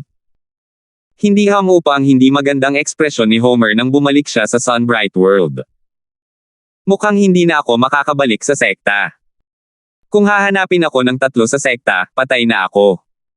Hindi na bumalik si Homer sa Science One Saint Sect pagkatapos niyang bumalik sa Sunbright World. Nagpadala siya ng mensahe sa kataas-taasang makapangyarihang grupo ng sekta upang ipaalam sa kabilang panig na magtatago siya. Sinabi rin niya sa kabilang panig na kung sakaling magpakita sina Alvin, Berting, at Henry para manggulo sa Science One Sect, dapat sabihin ng kabilang panig sa 3 na hindi niya hahayaang mawala ang God-defying world at ang Jade Tide Heavenly Mansion. Paano lumala ang mga bagay-bagay hanggang sa puntong ito? Naguluhan ang World Supreme Powerhouse ng Science One Saint Sect. Hindi niya maintindihan kung paano nagawang sakta ni Homer ang 3 Level 7 Supreme Powerhouse ng sabay-sabay. Tutal, 4 lang naman ang Level 7 Supreme Powerhouse, 3 sa kanila ang nasaktan ni Homer. Hindi na nag-abalang ipaliwanag ni Homer ang kanyang sarili. Matapos siyang maging isang Level 7 Supreme Powerhouse, mas lalong lumaki ang kanyang ego. Wala na siyang pakialam sa opinyon ng sinuman, kahit na sa kanyang mga nakatatanda sa sekta. Natural lamang na walang alam sina Alvin, Berting, at Henry sa nangyayari. Nag-usap sandali ang 3 bago sila pumasok sa Profound Low Heavenly Sect. Dahil doon, kinumpirma rin nina Alvin at Berting na si Arthur, ang pinakamataas na makapangyarihang nilalang sa mundo ng Transcendence, ay tunay na patay. Kung tutuusin, ang makakita ay paniniwala. Ang layunin ng kanilang pagbisita ay upang beripikahin ang bagay na ito. 4,603. Ang tagumpay ni Henry sa pagdaig sa Fatal Heavenly Tribulation ay nagbigay ng pag-asa sa maraming saints at World Supreme Powerhouses. Natuklasan lamang nila na imposibleng maulit ang kanyang tagumpay nang malaman nilang mayroon siyang karagdagang Heaven Protection Talisman. Gayunpaman, dahil nagawa ni Homer na malampasan ang Fatal Heavenly Tribulation nang walang pang-4 na Heaven Protection Talisman, naramdaman ng lahat na maaari nilang gayahin ang kanyang tagumpay. Hindi nakakagulat na maraming saints at World Supreme Powerhouses ang sabik na makapasok sa susunod na kaharian matapos kumalat ang balita tungkol sa tagumpay ni Homer. Sa kasamaang palad, hindi inaasahan, pagkalipas ng ilang dekada, nalaman nila na ang isang Supreme Powerhouse na hindi mas mahina kaysa kay Homer ay napatay ng Fatal Heavenly Tribulation. Hindi na kailangang sabihin, malaki ang naging epekto nito sa kanilang moral. Mukhang kahit matagumpay nating makuha ang Heaven Protection Talisman mula sa Heaven Traversing Pagoda, hindi pa rin tayo maaaring magmadali upang harapin ang Fatal Heavenly Tribulation. Kailangan nating maging handa bago harapin ang Tribulation. Noong una, sabik na akong gumaling sa aking mga pinsala para makapasok akong muli sa Heaven Traversing Pagoda upang makuha ang Heaven Protection Talisman. Gayunpaman, tila wala nang dapat magmadali ngayon, naisip ng isang World Supreme Powerhouse, na nabigong makuha ang Heaven Protection Talisman sa maliit na agwat, matapos malaman ang tungkol sa pagkamatay ni Arthur. Kasabay nito, 2 World Supreme Powerhouse mula sa 3 Upper Worlds na kamakailan lamang ay nakakuha ng Heaven Protection Talisman ay napuno ng takot habang nag-uusap sila sa isa't isa. Nakuha ko ang Heaven Protection Talisman isang dekada na ang nakalilipas. Mabuti na lang at hindi ako nagmadaling harapin ang Fatal Heavenly Tribulation. Kung hindi, baka namatay na ako tulad ni Arthur. Ganito rin ang nararamdaman ko. Hindi ko inaasahan na kahit si Arthur ay nabigong makaligtas sa Fatal Heavenly Tribulation. Hindi siya mas mahina kaysa sa akin. Ang pagkamatay ni Arthur ay parang isang paalala sa mga saint at mga World Supreme Powerhouse sa Outer Boundary at sa Myriad Worlds. Napagtanto nila na kahit na mayroon silang Heaven Protection Talisman, maaaring hindi sila makaligtas sa Fatal Heavenly Tribulation. Dahil dito, maraming mga santo at mga kataas-taasang kapangyarihan sa mundo ang nagpasyang harapin ang fatal heavenly tribulation pagkatapos lamang nilang lubos na maunawaan ang dalawang batas hanggang sa pinakamataas na yugto at ang daw ng langit at lupa na kanilang maunawaan hanggang sa ikapitong yugto. Dahil dito, mas mataas ang posibilidad na makaligtas sila sa fatal heavenly tribulation. Dapat malaman ng isa na kahit hindi naunawaan ang dalawang batas hanggang sa pinakamataas na yugto, maaari pa ring matrigger ang fatal heavenly tribulation sa pamamagitan ng pag-unawa sa dalawang batas hanggang sa perpektong anyo. Maraming tao ang nakakaalam sa lakas ni Homer. Dahil nagawa niyang maging isang level 7 supreme powerhouse, nangangahulugan ito na hindi niya napigilan ang kanyang Tao of Heaven and Earth, at noong isa siyang world supreme powerhouse, dapat ay naunawaan na niya ang kahit dalawang batas hanggang sa pinakamataas na antas. Itinuring siyang isa sa pinakamalakas na world supreme powerhouse dahil naunawaan niya ang kahit isang batas hanggang sa perpektong anyo at ang iba naman ay sa mataas na antas, hindi pa kasama ang dalawa na naunawaan na niya hanggang sa pinakamataas na antas. Karamihan sa mga kataas-taasang makapangyarihang tao sa mundo ay nakakaintindi ng isang batas hanggang sa pinakamataas na antas at may malalim na pag-unawa sa apat na daos ng langit at lupa.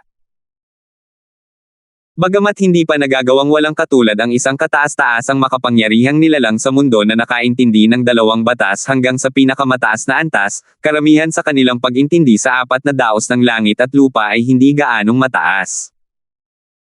Marami sa kanila ang nag-focus sa pag-unawa sa mga batas hanggang sa sukdulang antas at napabayan ang kanilang apat na daos ng langit at lupa.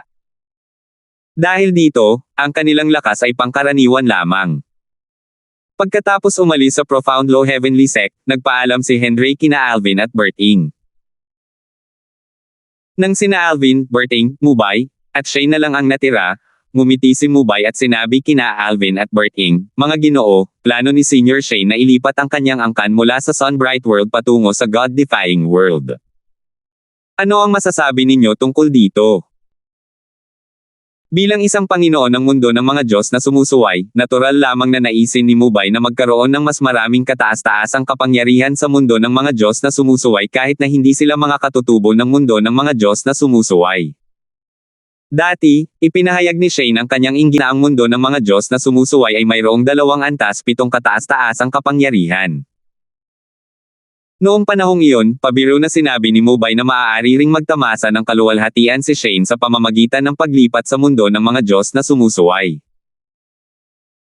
Ikinuyom ni Shane ang kanyang mga kamao kina Alvin at Bert Ing habang same time na sinasabi, "Mga Ginoo, tunay kong nais na sumali sa mundo ng mga Diyos na sumusuway. Pakitupad po sana ang aking hiling." Pinag-isipang mabuti ni Shane bago gumawa ng desisyong ito. Dati, hindi niya sineryoso ang biro ni Mubay.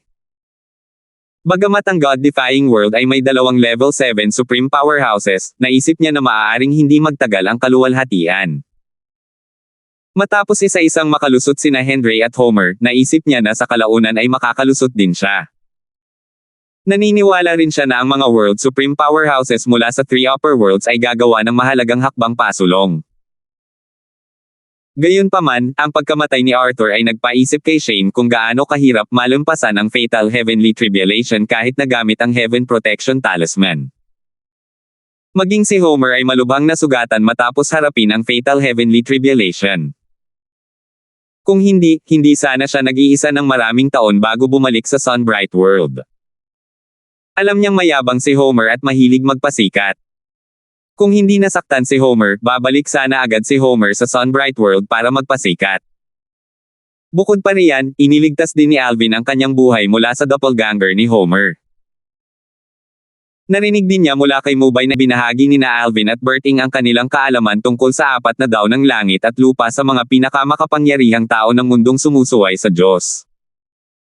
Nalaman niya na si Alvin ay hindi lamang may malalim na pag-unawa sa Sword Dao, kundi mayroon ding malalim na pag-unawa si Alvin sa Mastery Dao at sa Limitless Dao. Dahil sa lahat ng mga kadahilanang ito, pagkatapos umalis sa Profound Low Heavenly Sect, nagpasya si Shane na ilipat ang kanyang angkan sa God-defying world. Ang God-defying world ay isa sa 18 middle worlds, ngunit alam ng lahat na ang God-defying world ay mas malakas na ngayon kaysa sa 3 upper worlds.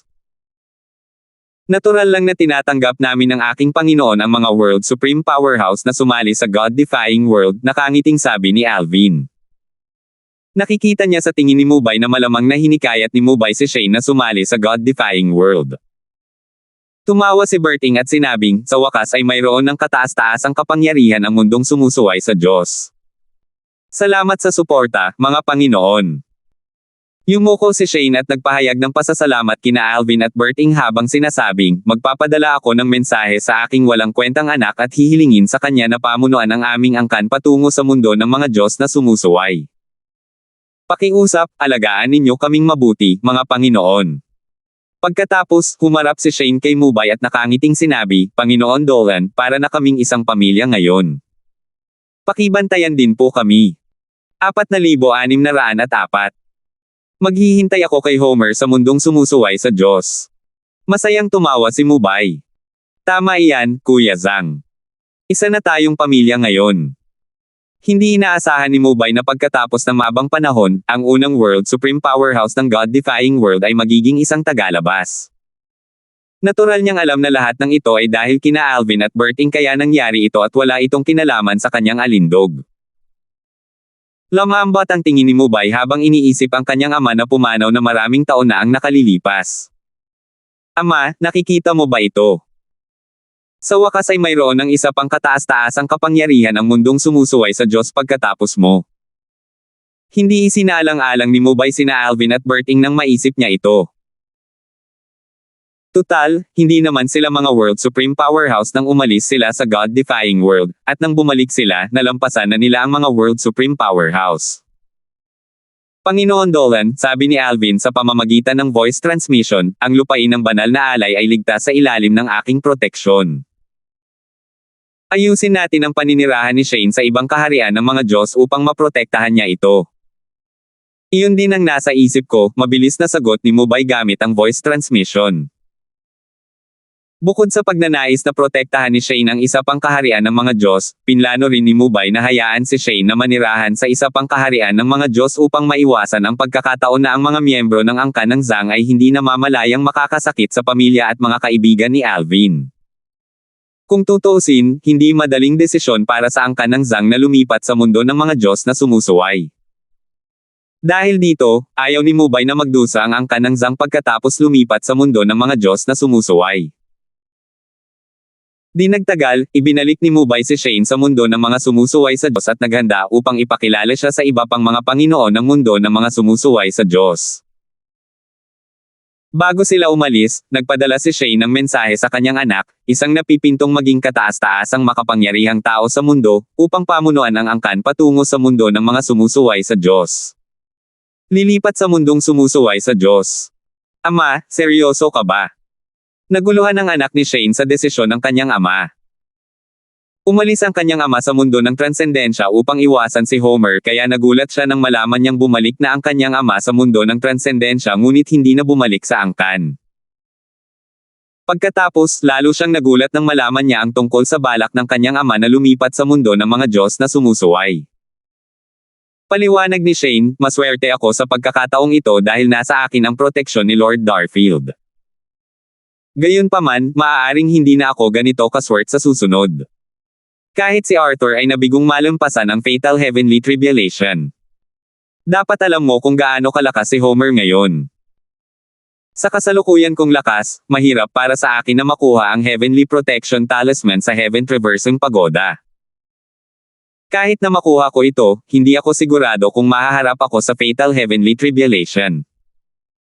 Hindi bababa sa hanggat hindi ako mas malakas kaysa kay Arthur o papalapit na ang aking oras. Natural lang na tinutukoy ni Shane ang minsan sa 10,000 taong kapigatian sa langit na lalong lalakas. Nahirapan na siya sa kanyang nakaraang kapigatian sa langit at nasugatan. Bagamat maliliit lamang ang mga pinsala, sino ang nakaalam kung mangyayari pa rin ito sa kanyang susunod na kapigatian sa langit? Hindi gaanong bumuti ang kanyang lakas simula noon. Bagamat may kumpiyansa siyang makakaligtas sa kanyang paparating na kapigatian sa langit, alam niyang malaking halaga ang kanyang babayaran. Ama, naiintindihan ko po, sabi ng anak ni Shane. Hindi niya inaasahan ang napakaraming mangyayari.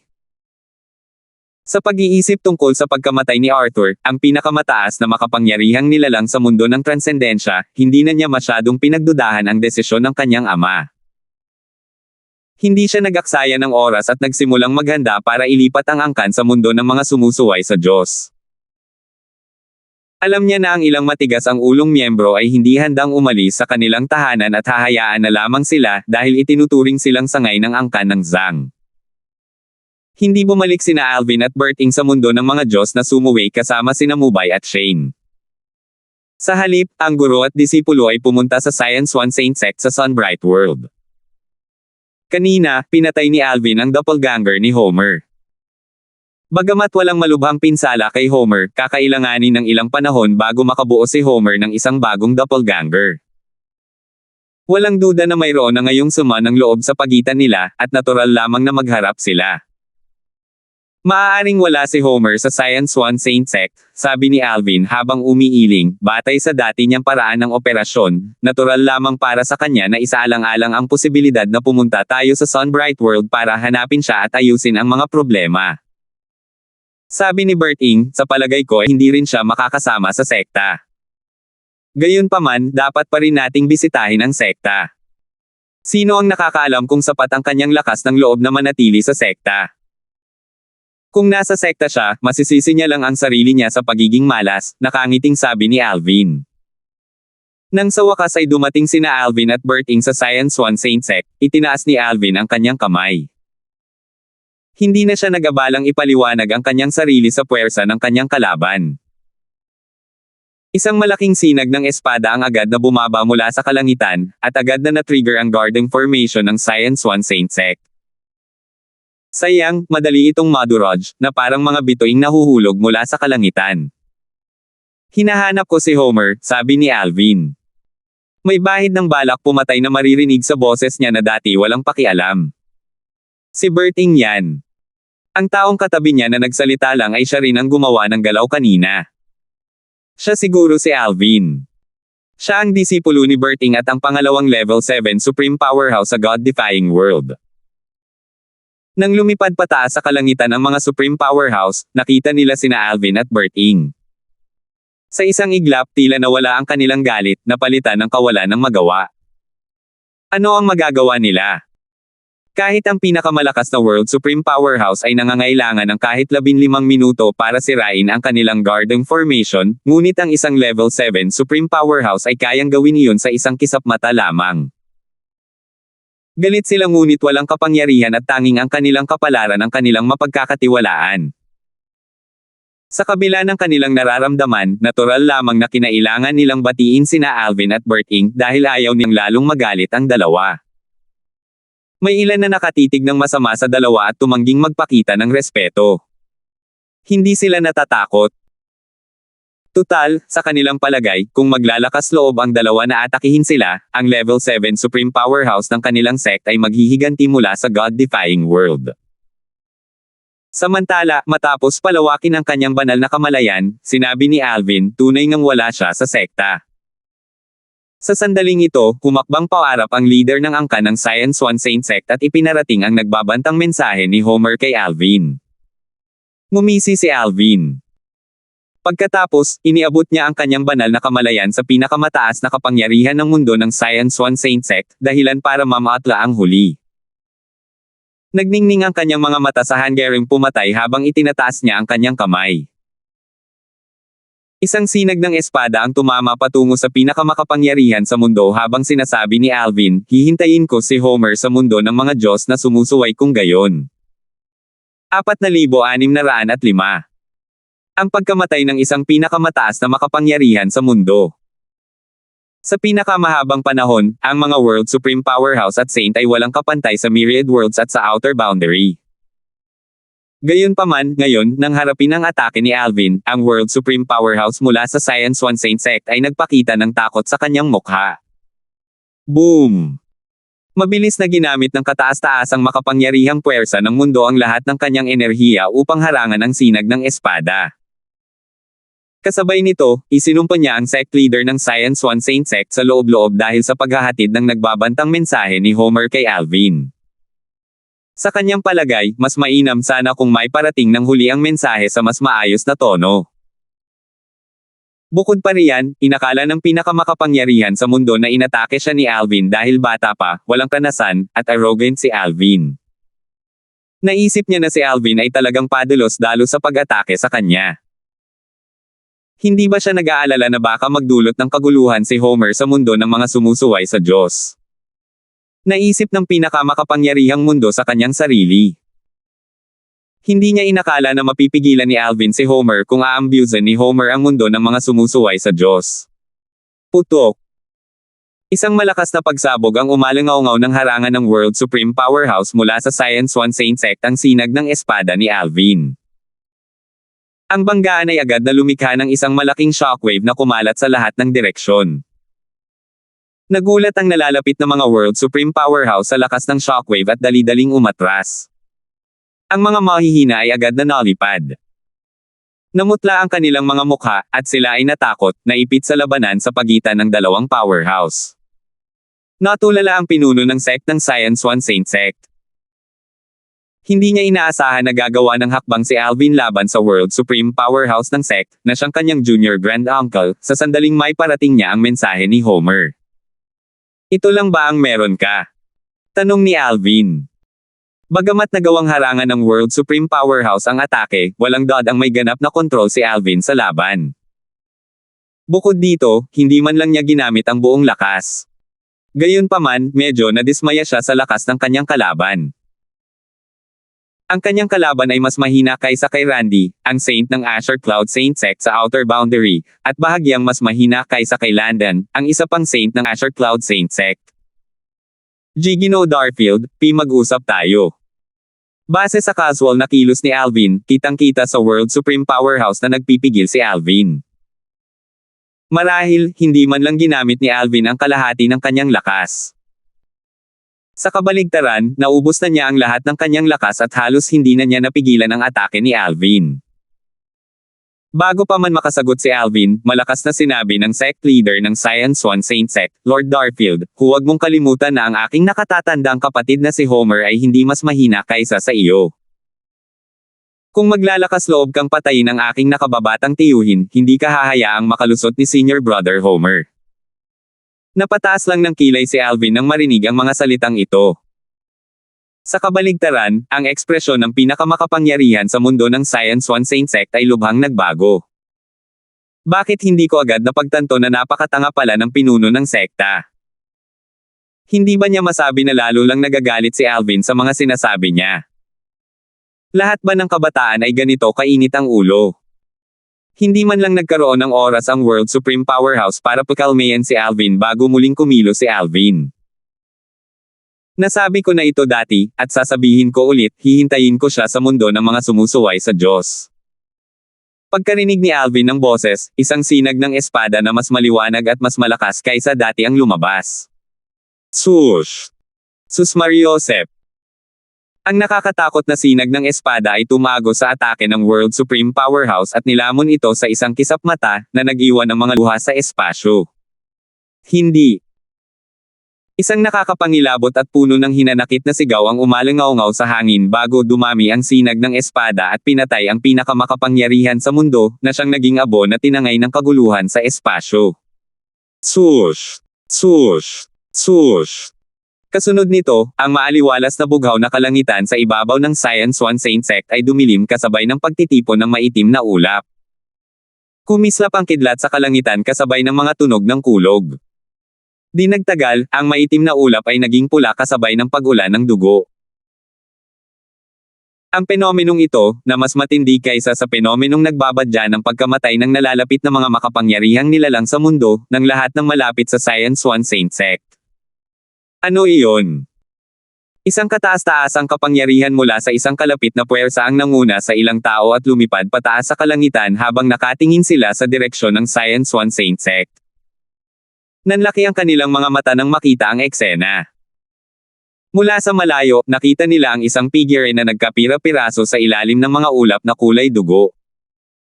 Bumuhos ng malakas ang dugo kasabay ng isang nakakakilabot na sigaw.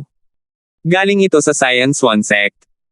Nasaksihan ko na ang kababalaghan ng mamatay ang isang napipintong makapangyarihang bansa sa mundo.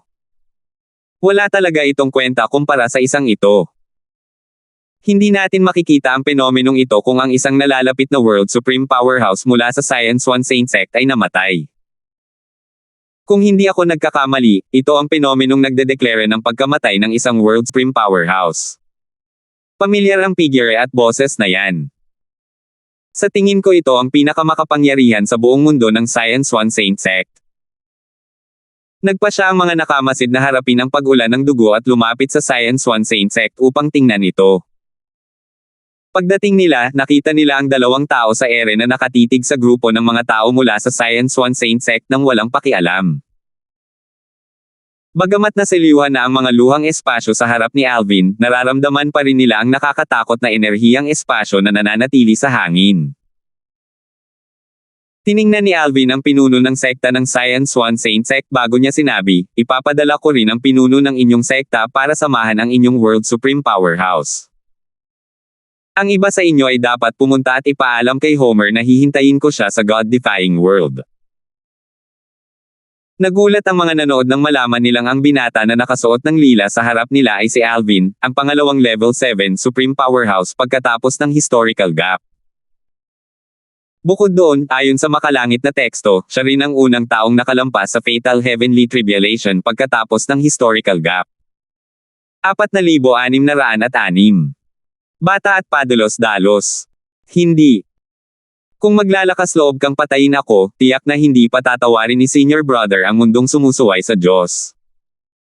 Nagsimula ang takot ng marinig ng sect leader ng Science One Saint Sect ang mga salita ni Alvin at nakita ang intensyong pumatay sa mga mata ni Alvin. Bukod dito, ang kanyang nakababatang lolo, na isang World Supreme Powerhouse, ay napatay din ni Alvin. Parang madali lang para kay Alvin na pumatay ng isang World Supreme Powerhouse, lalo na ang isang napintong World Supreme Powerhouse na tulad niya. Hindi mo ako mapapatay. Sigaw ng sect leader ng Science One Saint Sect ng buong lakas. Ito ang mga huling salita niya bago siya pumanaw. Sa sandaling bumagsak ang kanyang boses, biglang nagsimulang mag-iba ang espasyo sa paligid niya kahit na hindi gumagalaw si Alvin. Kasunod nito, misteryoso siyang nadurog, at agad na naglaho ang kanyang aura. Boom! Hindi pa humihiwalay ang mga ulap ng dugo sa kalangitan, ngunit mas malakas pa ang pag-ulan ng dugo kaysa dati habang nagsasapawan ang mga penomenong nag-anunsyo ng pagkamatay ng isang World Supreme Powerhouse at ng nalalapit na World Supreme Powerhouse. Katahimikan ng bumalot sa buong lugar. Ang mga Supreme Powerhouse ng Science One Saint Sect at ang mga nanood ay nakaramdam ng kilabot matapos nilang masaksihan ang pagpatay ni Alvin sa World Supreme Powerhouse at sa nalalapit na World Supreme Powerhouse ng Science One Saint Sect. Walang sino man mula sa Science One Saint Sect ang nangahas na magsalita dahil sa takot na baka mapatay sila nito. Nang makitang kumilo si Alvin nang walang pakialam sa mga kahihinatnan na maaaring idulot ng kanyang mga aksyon sa mundo ng mga sumusuway sa Diyos, napaisip sila kung talagang hindi nag-aalala si Alvin tungkol sa pagdudulot ni Homer ng kaguluhan sa mundo ng mga sumusuway sa Diyos. Parehong sina Homer at Alvin ay mga level 7 Supreme Powerhouse. Sa paningin ng mga miyembro ng Science One Saint Sect, hindi maaaring maging mas malakas si Alvin kaysa kay Homer dahil mas bata si Alvin. Sa kanilang palagay, ang mga taon ng karanasan na naipon ni Homer ay magbibigay kay Homer ng kalamangan laban kay Alvin. Bagamat ang God-defying world ay may dalawang level 7 Supreme Powerhouse, naniniwala sila na kahit magsanib puwersa ang dalawa, makakatakas pa rin si Homer mula sa kanila. Natural lamang na hindi naglakas loob ang mga taong ito na ipahayag ang kanilang mga saloobin. Ang trahedya ng pagkamatay ng kanilang pinuno ng sekta ay nagsilbing babala sa kanila. Alam nila na kung ang kanilang pinuno ng sekta ay nagsalita at kumilos ng mas diplomatiko, marahil ay hindi papatayin ni Alvin ang kanilang World Supreme Powerhouse at ang kanilang pinuno ng sekta. Lungkot na lugmok sila sa kawalan ng pag-asa sa sandaling ito. Ang level 7 Supreme Powerhouse ng Science One Saint Sect ay hindi nang ahas na bumalik sa sekta, at patay na ang kanilang World Supreme Powerhouse. Dahil dito, maituturing pa rin ba silang nangungunang sekta sa Sunbright World? Mabuti na lang at hanggat buhay pa si Homer, isa pa rin silang puwersang dapat harapin sa Sunbright World kahit ano pa man ang mangyari. Guro, bumalik na tayo, sabi ni Alvin habang sumusulyap sa mga tahimik na miyembro ng Science One Saint Sect. Matapos mawala sina Alvin at Berting sa paningin, sa wakas ay bumalik sa dati ang mga nakamasid. Ilan sa mga kataas-taasang makapangyarihang puwersa mula sa mga kalapit na puwersa ay nagkaroon ng lakas ng loob na lumapit at magtanong tungkol sa nangyari. Gayunpaman, wala silang nakuhang anumang sagot dahil ang mga kataas-taasang makapangyarihang puwersa ng Science One Saint Sect ay wala sa mood na makipag-usap. Gayunpaman, isa o dalawang kataas-taasang makapangyarihang puwersa na may koneksyon sa Science One Saint Sect ang agad na nalaman ang nangyari matapos makipag-usap sa kanilang mga kaibigan sa Science One Saint Sect. Ano? Hinarap ni Homer si Alvin pagkatapos ay tumakas ito dahil nag-aalala siyang baka hanapin siya nina Alvin at Berting sa Science One Saint Sect. Bago tumakas si Homer, sinabihan niya ang sekta na sabihin kay Alvin na kung maglalakas loob si Alvin na gumawa ng hakbang laban sa sekta, hindi niya pakakawalan ang mundo ng mga Diyos na sumusuway. Gayunpaman, tila wala namang gaanong bigat ang kanyang banta. Tunay ngang walang silbi ang banta niya. Kung hindi sana napatay ni Alvin ang World Supreme Powerhouse ng sekta at ang nalalapit na World Supreme Powerhouse. Talagang malas ang Science One Saint Sect sa pagkakataong ito. Nabalitaan kong padalos-dalos na ipinarating ng pinuno ng sekta ang banta ni Homer kay Alvin. Tiyak na ikinagalit iyon ni Alvin. Nababaliw na ba siya? Kahit na si Alvin ay isang level 7 Supreme Powerhouse, napakabata pa rin niya. Hindi ba alam ng pinuno ng sect na ang mga kabataan ay madaling magalit? Mas pinahahalagahan nila ang kanilang reputasyon kaysa sa kanilang buhay, at tila hindi naiiba si Alvin sa kanila. Hindi nagtagal, ang balita tungkol sa nangyari ay kumalat na parang apoy sa Sunbright World, na ikinagulat at ikinatakot ng lahat. Ano? Pumunta si Alvin mula sa God-defying world sa Science One Saint Sect at pinatay ang junior grand uncle ni Homer na isang World Supreme Powerhouse. Pinatay din niya ang sect leader ng Science One Saint Sect. Anong nangyari? Kahit na sina Alvin at ang kanyang amo ang tanging dalawang level 7 Supreme Powerhouses na naroon, hindi sila basta-basta pumatay. Bakit biglang kumilo si Alvin laban sa Science One Saint Sect ni Homer? Narinig ko mula sa isang mapagkakatiwalaang source na sinubukan ni Homer na patayin ang isang World Supreme Powerhouse mula sa Transcendence World. Sa kasamaang palad para sa kanya, kilala ng World Supreme Powerhouse na iyon si Alvin. Nabalitaan ko rin na inilipat ng World Supreme Powerhouse ang kanyang clan mula sa Transcendence World patungo sa God-defying world. Hindi pa nangyayari na ang mga World Supreme Powerhouses mula sa Sunbright World ay mapatay ng ibang tao, di ba? Hindi lang ito ang Sunbright World. Wala pa itong katulad sa 3 higher worlds. Ang mga namatay ay mula sa 18 middle worlds. Kapag nalaman ito ni Homer, malamang mababaliw siya, di ba? Nako, siguradong matatalo siya. Baka pumatay pa siya ng marami sa mundo ng mga Diyos na sumuway. Hindi ka talaga pwedeng makipag-agawan sa mga kabataan. Ang dali nilang magalit. Sa isang liblib na sulok ng Sunbright World. Napatunayang tama ang mga haka-haka ng mga tao. Bago pa kumalat ang balita tungkol sa nangyari sa Science One Saint Sect, nakatanggap na si Homer ng ilang mensahe mula sa sekta, at galit na galit siya. Bata at padalos-dalos. Hindi inisip ni Homer na padalos-dalos si Alvin.